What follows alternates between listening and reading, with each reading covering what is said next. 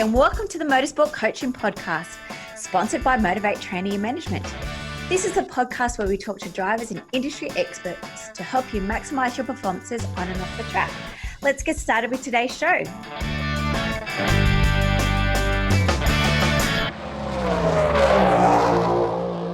Hi guys, and welcome to episode 36 of the Motorsport Coaching Podcast. I am your host, Belinda Risley. Today I have Miss Caroline Anderson, who is a psychologist and Olympian. She is the Director of Performance Edge Psychology and brings over 16 years of experience in both hospital settings and private practice, working with people with mental health issues, elite athletes, business leaders, and organisations. She's worked with the VIS, Australian Institute of Sport, Cricket Australia, and the AFL Players Association. Today on the show, we're going to be talking about performance anxiety. And as a special offer for you guys, we have an emotional race report that you can download over at motivatetraining.com.au. So grab your pen and paper. I assure you there's some fantastic tips about dealing with performance anxiety, especially when you're sitting on the grid, when you get that sick feeling, and some strategies to how to overcome that. I really hope you enjoyed this episode. As you're here, I'm going to have Caroline on again later this month to talk about mental health in motorsports. So without further ado, here's Caroline. Welcome to the show, Caroline. Oh, thanks so much for having me, Belinda. It's a real pleasure to be here. I'm really excited to have you on today, as I have for all my guests. However, for me, it's really exciting to have an athlete that's obviously now working, having a career as a sports psychologist. And so being able to really understand what an athlete goes through, in order to be able to provide them with this expert information. So thank you again for coming on. Let's hear a little bit about you. How did you get started in your role? As a psychologist? Yes. Well, I've been a psychologist for about 15 years now. I've always had a passion and love for psychology. I think it was just something probably from about the age of 16 that I knew that I was quite interested in, just fascinated by human behaviour, why people do the things they do, mental health issues. I always had a real interest and passion for it. I was always, initially for the first sort of 5 to 10 years of my career, I was interested in mental health and clinical psychology. So that's kind of the area that I worked in. But I guess I did feel that something was missing. And it was probably over the last sort of 5-6 years that I figured out what that was. And it was, I guess, honouring my sporting background, that I guess now I'm really lucky that I get to combine the sports aspect with psychology. So I feel very happy and excited, and I just feel like it's a really beautiful alignment that I get to utilise both my passions in life in my work every day. So I've been doing more of the sports side, probably for the last 5 or 6 years. Fantastic. And so you were Olympian at the 2004 Games. What was your kind of like mental training like back then? What kind of things were you doing as an athlete? It's really interesting because I was training to be a psychologist at the 2000 Olympics. I was almost fully qualified, so I think I had a month to go. So just when I got back from the Olympics, I was a fully registered psychologist. But it really surprises me how little I did use, in all honesty. I guess back then I was so focused on the physical preparation in my sport. And I think it's a real trap, having been there myself, that a lot of athletes get into.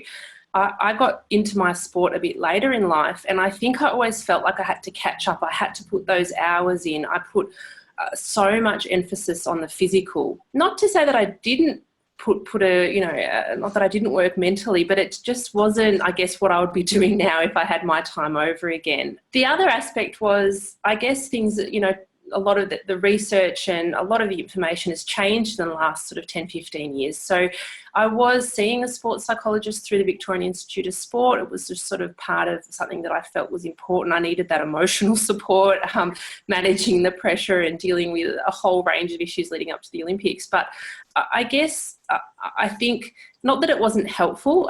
The psychologist was lovely, really supportive, but I think that the strategies that psychologists were using back then are quite different to what we're using today. So I guess in terms of really managing some of the peak performance aspect, I think some of the things just didn't really cut it for me in some ways.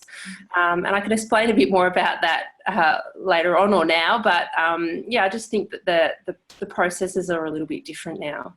Yeah, I'd love to hear about how they have differ over the last couple of years. Yeah, so I guess back then, look, a lot of there was obviously an emphasis on relaxation, visualization, routines, and so on. And I feel like that's really basic.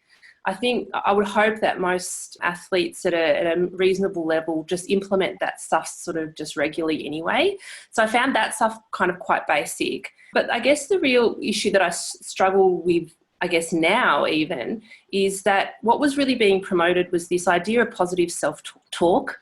And this thing really gets my goat, because we can't just sort of replace our thoughts. We can't just say, oh, I'm just going to have positive thoughts now. And there's a real emphasis in society and in sport that we've got to be positive.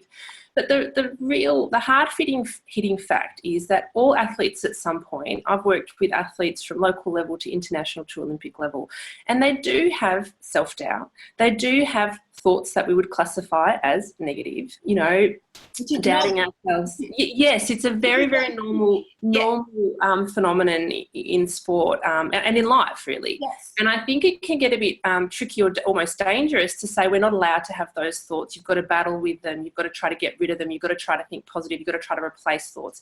All the research now says we can't just replace or change a thought. Yeah. So, and that's something that I think it also didn't normalize it for me. No one said to me, everyone was always saying, be positive, and that's great. It's nice to be positive, but no one was saying, look, it's really normal to be really nervous going into your first Olympics. I didn't have sort of anyone explaining the processes, how other people have experienced it, that's a really normal phenomenon. I mean, I guess I knew that. I assumed other people might be nervous, but no one was talking about it. And, you arrive in an Olympic village and there's these amazing athletic people everywhere. I mean, I'm just little old Caroline from Melbourne, I think on some respects I was like, oh, wow, that they all look really confident and amazing and like great Olympic athletes, but I'm just me. I think confident, would you say? Yeah. And it's not that I didn't have confidence within my sport, but it's at times that, of course, that was going to be questioned or challenged, because that's natural human, that's how humans work. And I think, again, no one was kind of explaining that to me. And I think one of the things that I love talking to athletes about is it's great to be confident, but confidence doesn't actually align perfectly with performance. So we can feel really confident and perform well, but we can also feel really confident and perform badly. We can have really low confidence but perform excellent, and we can have low confidence and also not perform well. So the idea of, I think athletes like to feel confident going into something, but it's not directly correlated. And I think sometimes it puts that undue pressure on us that we have to be feeling a particular way going into a competition or a race or whatever it is. And I think that's an important thing to understand, that that's not necessarily the case. Wow, thanks for that information there, Caroline. That was fantastic. Yeah, definitely a lot of those drivers, I can hear be shaking their head in agreement with exactly what you're saying there about turning up to a race meeting, confident with whether it's the track, whether it's the other competitors they're racing against, whether it's the weather condition, the type of class that they're actually racing. But, once they get out on the track, different things can affect their performance, and it's not so much even in their mindset. It could be the cart performing, it could be the car's performance, it could be other people's lack of driving ability on the track. And I think that's one of the biggest things about how can they control their thoughts, I guess, and their performance when there's external influences. Yeah, absolutely. So there's a lot of factors at play, obviously, in sport, and particularly motorsport. It's sort of what I would call a high cognitive demanding sport, because there's so many variables coming in. I mean, there's many different sports out there, but motorsport is probably one of the highest cognitive loading sport because of all the information that the drivers have to process in the spot. And confidence, coming back to that point, it's just a feeling.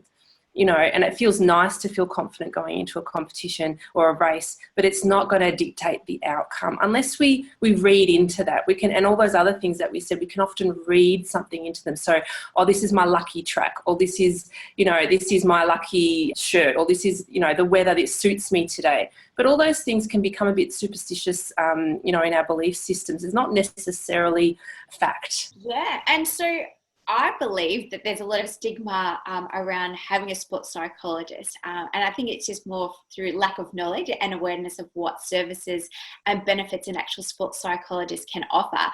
I think because it says psychologist, that people feel like they only engage with them when they feel like something's wrong. But can you share some of those benefits and services actually offer sports psychologists? Oh, yeah, that's exactly right. I think we've got a bit of a branding issue. Sometimes I think I should just call myself a mental skills coach or something.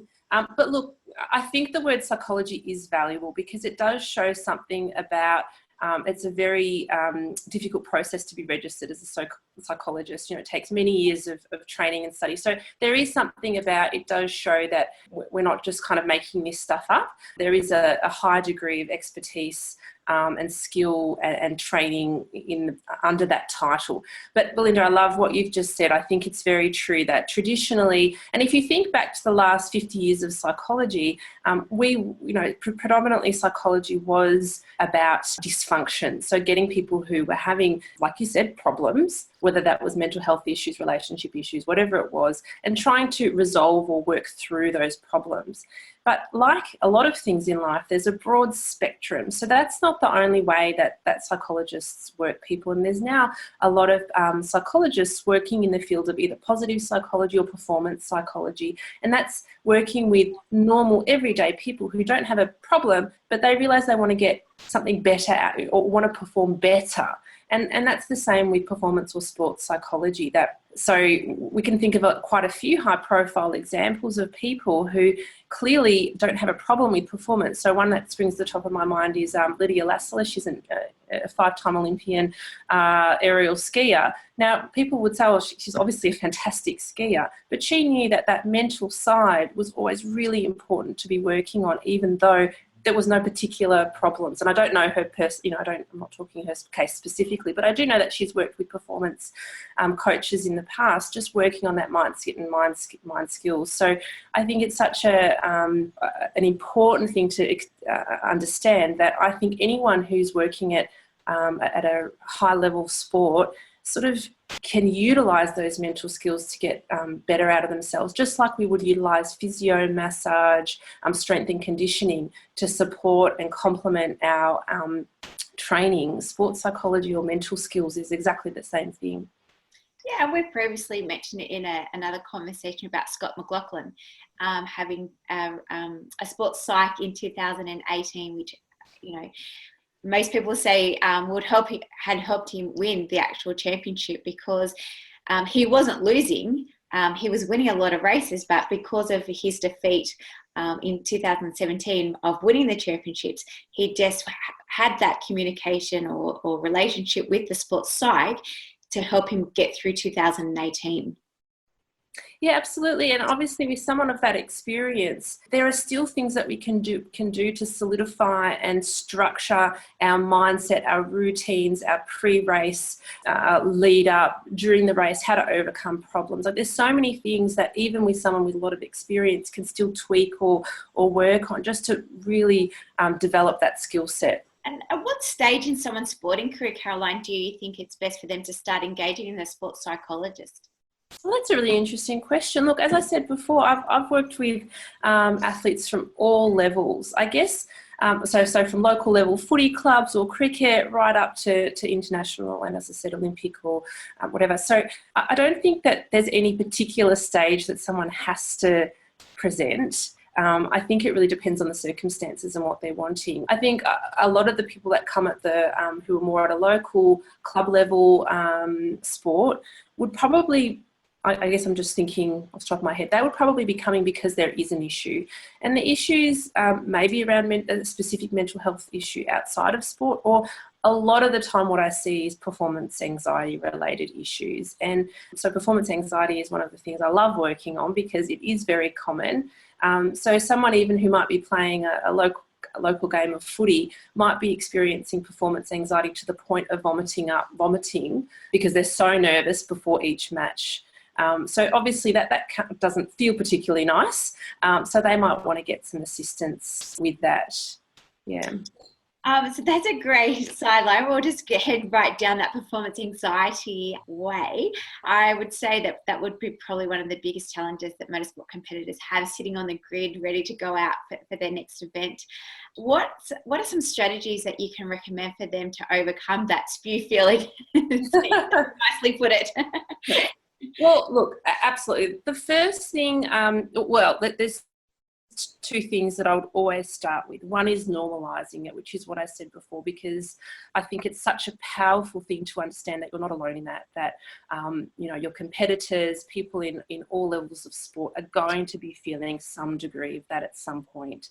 I'm involved with the Australian Institute of Sport, a new program that's coming through called the Gold Medal Ready program, and it's a wonderful initiative getting athletes ready for Tokyo 2020 in managing this exact sort of phenomenon. And one of the excellent things about this program is they've got about 30 past gold medalists from a range of different sports in Australia involved in the program as sort of like mentors, to these athletes. And at the last camp that I was at in February, every one of those gold medal athletes, so people that have performed at the top of their sport internationally, shared with the room their own experiences of feeling anxious at times. So, and just the extent of that. I think when we see someone going out and winning a gold medal, we go, oh yeah, they were really confident. Oh, they knew what they were doing. Oh, they were expected. It's not the case. Like, these are real people, just normal people who are going to feel that pressure and it's going to manifest physically. So that the next, I think the normalization is really important, that when you care about sport, you're going to get anxious, to some level. And that's really normal. And of course, we know that anxiety, some degree of stress response, is really, really, really good for sport because, it's adaptive. It helps us with our precision, for example, or decision-making, because a lot of physiological changes happen in the body. So I guess that's my next point, is understanding what's actually happening in the body. So a lot of the time, it just feels really kind of scary, when your heart starts pumping or you feel sick in your stomach.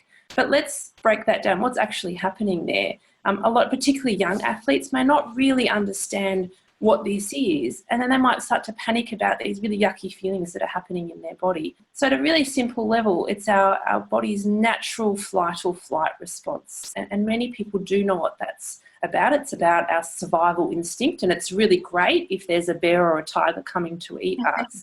But that same response kicks in, at the start of a race, sitting in the vehicle, for example. And that's because, look, there's a lot of reasons why that is, but ultimately we don't want to make a mistake.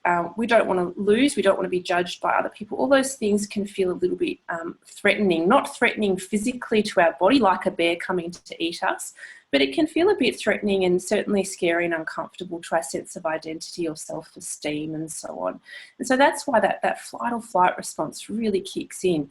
So, of course, we know that our heart starts to pump, it gets blood and oxygen flowing to our vital organs, which is going to mean that you're going to be able to sort of have more precision on the racetrack, for example. It shuts down our digestive system, because we really don't need to be worrying about digesting our breakfasts or whatever.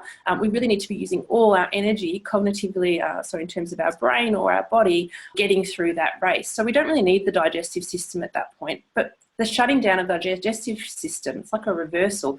It actually makes us feel pretty sick or yucky in the stomach. So again, that's why we get some of those physiological reactions. So I think doing that sort of education around what's actually happening in my body and why am I feeling this way is such an vital thing that athletes can learn as a first step. But I guess then there's a whole other range of things that we need to understand about performance anxiety. So, and what we can do about it. Basically, we need to break down into 3 components. The first component is what's going on in our mind. What is our mind telling us? Because our thoughts are connected to, I guess, electrical impulses or changes, which really produce those feelings. So let's unpack what are those thoughts. And usually what comes up for most of the athletes that I work with, I've sort of grouped it into a few main groups of thoughts. So the first one I've classified as the what if thoughts. The what if thoughts are endless. What if I lose? What if I crash? What if I hurt myself? What if something terrible happens? Yeah. And the what if thoughts can be very powerful because it's almost like we imagine that little scene happening in front of us, right? Which of course is going to produce that fight or flight response, which makes us feel pretty yuck. So I think just understanding that those what ifs are really normal in particularly high pressure stakes, but in any time or any competition or race when we're going to be judged or evaluated, or also when there's any kind of risk of injury. So I work a lot with diving athletes and gymnasts. So these guys are actually doing stuff with their body that's pretty physically demanding. And if they are doing a flip off a beam or a dive off a 10-metre platform, if they get it wrong, they're actually going to get hurt. So you can understand why that thought might be there. Or likewise with, I guess, in racing. So it's really important to identify those thoughts and understand them and recognise them. Our thoughts are thoughts, they're not necessarily true. Yeah, we have lots of random thoughts. So we have to, I guess, learn to recognise those thoughts and figure out whether they're helpful in that particular moment. And obviously, if we're getting distracted by those thoughts, if they're producing a really high cortisol and adrenaline level, which is that fight or flight response, they may not be particularly helpful as you're lining up on the starting grid. So we learn ways of being able to recognise them, but also not buy into them. Yeah, because we can't predict the future. Only the race itself will tell us what's going to happen. Yeah. So it's actually, in some ways, a bit of a waste of time and energy getting caught up in a thought that we don't know if it's going to happen. We don't know if it's true or not. It feels pretty scary, but we can learn strategies and skills of paying a bit less attention to it. One more, I'll just go quickly into one more really important strategy for athletes and drivers to understand about that performance anxiety stuff is that, anxiety itself can't harm us. It can feel uncomfortable, but the more that we embrace it and understand that it can be helpful for performance, allow some degree and accept that some degree of discomfort or anxiety is going to be there, and do things like, controlled breathing, resonant breathing. There's a number of breathing techniques that we can use just to help manage and settle down or reverse that flight or flight response. So there's some really, I think, basic ways that we can begin to unpack this anxiety piece in sport that's really normal. Oh, again, Caroline, thank you very much for those insights. They were fantastic. Just going back to point number 1 about controlling those thoughts. Is it a matter of writing them down and working them through them, or is it just sitting there and visualization? I know you were saying before about and trying not to do that. I get to try not to think of the worst case scenarios. Yeah, there's lots. Look, I guess there's many answers to that. There's lots of things that we can do. I think always start with understanding, recognition and insight. So what you said is really good. I think leading, all the athletes now listening can write down what are those thoughts telling them, because as soon as you've had experience, as soon as you get on the racetrack, what those thoughts are going to tell you. So let's identify them. And as I said, let's break them down into key themes. So there is the what if thoughts, but there's also the fear of judgment thoughts. What's my coach? What's my parents? What are my friends? What are my teammates going to say about me if I perform or don't perform? Or, how are they thinking about me or about my performance? So again, that thought is probably not particularly helpful, particularly as the race is about to start, but it's also, we can't control what other people think and think about us. So again, it's a bit of an unhelpful or unproductive kind of thought process. The other thought that I'm just trying to extrapolate those key themes. The other thought that I really that I commonly identify with most of the athletes that I work with is the thought about, what if I'm not good enough? Yeah. This is a natural, normal response that humans have, okay? And I hopefully there's a few athletes out there listening that go, oh, phew, what a relief, it's not just me. Because it feels like it's just us having that. It feels like I'm the only one. I look around, I see my competitors, they look like they have that confidence that we were talking about before. So maybe that means I'm not good enough. Or maybe because I'm so anxious before the race, maybe that means I'm not good enough. Yeah, it's not the case. It's that when the pressure's on and when we really care about something, when we want to perform, it's natural and normal for humans to doubt. Yeah. So again, if we can identify that we've got those thoughts coming up, then we can do something about them. But if we don't identify them, if we just take them as fact or as the truth, we're just going to listen to them and get really caught up in those thoughts. Yeah, which then pulls us away from what we actually need to do before a race starts. Yeah, and go. I was going to say, for me, after you just saying that story, I think a good analogy would be, and I can't think of her last name, but hopefully you can, is the swimmer Kate and Bronte, the sisters at the Olympian, and the expectations that was on Kate to win the gold medal. You know, the whole nation was on her back about winning, her family, her friends, and that was the first thing she said when she got out of the pool. Like, she was just apologetic for not winning. Yeah. Oh, I really felt for that scenario. I think it was a really tough thing. Look, when you're talking about 100ths of a second, I guess also like in motorsport, you know, the tiniest distraction or thought that pulls us somewhere else can have an impact. But not only that, I guess the amount, you know, that leading in the day before, how often is our thoughts, how often is that flight or flight response being activated, how much active recovery we're giving our body to be able to rest adequately for the big race. So it gets kind of more complicated in some ways, but also it's kind of obvious that the more we get caught up in those thoughts, the more of a physical impact it can have. I guess it's like it tires us out emotionally and physically, which is going to have an impact on that race by 100th of a second or whatever it is. Yeah. Fantastic. Well, I could talk to you all day, Caroline, about lots of different things.